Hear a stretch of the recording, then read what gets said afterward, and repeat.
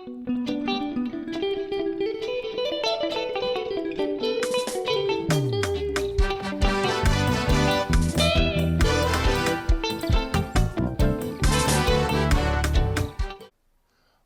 once you hear this instrumental, then you know the man from the countryside is in the house, the countryman. From the dead roads of the village to the screens of the world.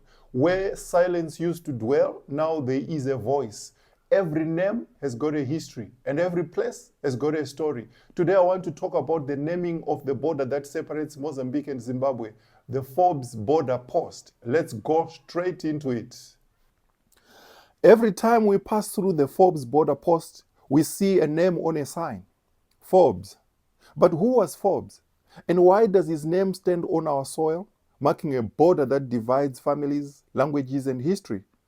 Before the uprisings, before the known wars of resistance, there was this forgotten conflict, the first collision between African sovereignty and European conquest. It happened in Mutasa's land, and it was here that the first Chimurenga truly began. To understand Forbes, we must first understand the Portuguese. Long before the British arrived, Portuguese explorers, traders, and soldiers had moved deep into the interior from Mozambique. By the 1870s, their influence stretched far beyond the coast into Manicaland, across the Nyanga Highlands, and even toward Mazoe and Sanyat. They had built outposts, raised flags, and signed treaties with local rulers, claiming minerals and trading rights under the name of the Portuguese crown. Captain João Paiva de Andrada, Victor Cordon, and Baron de Rezende were among the key figures who established these claims. From Masi Kesi, Manica, today in Mozambique, to Chief Mutasa's territory near modern-day Mutare, the Portuguese presence was strong. Their influence was real. In Lisbon, maps of the time even showed Eastern Mashonaland as part of the Portuguese territory. They called it the Pink Map, an imperial dream that connected Angola to Mozambique across Central Africa. This was the backdrop when Cecil John Rhodes and Leander Starr Jameson entered the picture, men who wanted the same land for Britain. Rhodes' dream was a British empire from Cape to Cairo, but to reach the Indian Ocean, he needed to control Manicaland, and that meant pushing the Portuguese out. To achieve this, Rhodes turned to Major Patrick William Forbes, a British officer born in 1861, educated at rugby school, and serving under the British South Africa Company Police. By 1890, Forbes was appointed commander in Mashonaland. His mission was clear: secure treaties with the local chiefs, remove the Portuguese agents, and raise the British flag over the east. At the center of it all stood Chief Mutasa of the Manica. He had long allowed Portuguese traders in his land, exchanging goods and granting limited rights to dig for gold. To him, these were local understandings, not surrender. But to Rhodes and his officials, men like Cecil and others, they were a threat to British claims. In September 1890, British forces arrived at Mutasa's Crow. Surrounded by armed men, Mutasa was pressured to sign a treaty with the British South Africa Company.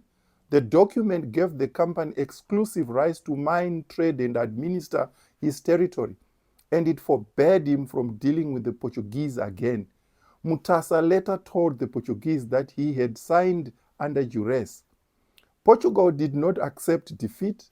Their envoys Andrada, Rezende, and Gouveia returned to Mutasa's Crow and demanded that he reaffirm Portuguese authority. They insisted their old treaties were still valid. On 15 November 1890, they gathered for an indaba at Mutasa's court. Guns were present, tempers high, interpreters ready. They ordered Mutasa to reject the British treaty. Before the matter could be resolved, Major Forbes and his men arrived from Salisbury. Forbes' column stormed into Mutasa's Crow. He ordered the arrest of Captain Gouveia and Paiva de Andrada, tore down the Portuguese flag, and replaced it with the Union Jack. Then he advanced to the Portuguese fort at Masikesi, seized it, expelled its garrisons, and proclaimed it under British control. This was the first military confrontation on what is now Zimbabwean soil. Before the wars in Matabeleland or the risings in Mashonaland, this was the true beginning of armed dispossession. The first Chimurenga, in its earliest form, began here, not yet by the people's guns, but by the clash of empires over African land. Flushed with success, Forbes planned to push further east to Beira on the Mozambican coast, fulfilling Rhodes' dream of British route to the sea. But just as he prepared to march, a telegram from London arrived. Stop immediately. The British government feared that Forbes' advance could spark a full-scale war with Portugal. They wanted diplomacy, not open conflict, to define the borders. In 1891, the Anglo-Portuguese treaty was signed in Europe. Britain claimed Manicaland and Mashonaland. Portugal retained Mozambique and the coast. That line, drawn thousands of kilometers away, became the modern border between Zimbabwe and Mozambique. And the border post near Mutare was named after the man who made British claim a reality, Forbes. What happened between Forbes, Mutasa, and the Portuguese was not a minor dispute. It was the first act of colonization in this land, the first forced retreat, the first arrests, the first territorial takeover, and the first loss of African sovereignty. Yet when our history is told, it is rarely mentioned. The story often begins with the Ndebele Wars of 1893 or the uprisings of 1896, but the seeds of these struggles were planted here in Mutasa's country in 1890.